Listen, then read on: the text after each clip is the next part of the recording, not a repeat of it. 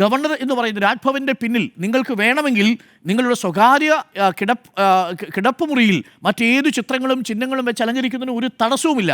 പക്ഷേ ഇന്ത്യ എന്ന രാജ്യം അംഗീകരിച്ചിരിക്കുന്ന പതാക അത് നമ്മളുടെ ത്രിവർണ്ണ പതാകയാണ്. പ്രസിഡന്റിന് മറ്റൊരു ഫ്ലാഗ് ഉണ്ട്, പ്രസിഡൻഷ്യൽ ഫ്ലാഗ് എന്നാണ് പറയുന്നത്. ആ പ്രസിഡൻഷ്യൽ ഫ്ലാഗ് മാറ്റിയിട്ട് നാളെ ഈ ഭഗവധ്വജം കൊണ്ട് അവിടെ കെട്ടാൻ കഴിയില്ല.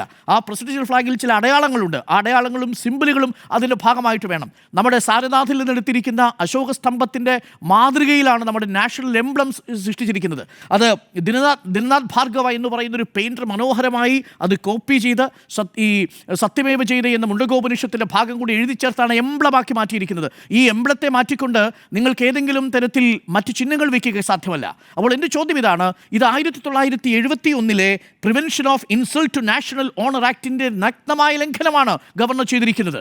മറ്റൊന്ന് എംബ്ലംസ് ആൻഡ് നെയിംസിൻ്റെ പ്രിവെൻഷൻ ഓഫ് ഇംപ്രോപ്പർ ആക്ട് 1950 കൃത്യമായിട്ടുള്ള ലംഘനമാണ്. അതെങ്ങനെ ലംഘനമാകുന്നത്? നാഷണൽ ഫ്ലാഗ് എന്നുള്ളതിനെ മാറ്റി അവിടെ ഭഗവധ്വജം പ്ലേസ് ചെയ്യുന്നു എന്നുള്ളിടത്താണ്. ഇനിയുമുണ്ട്, തീർന്നിട്ടില്ല.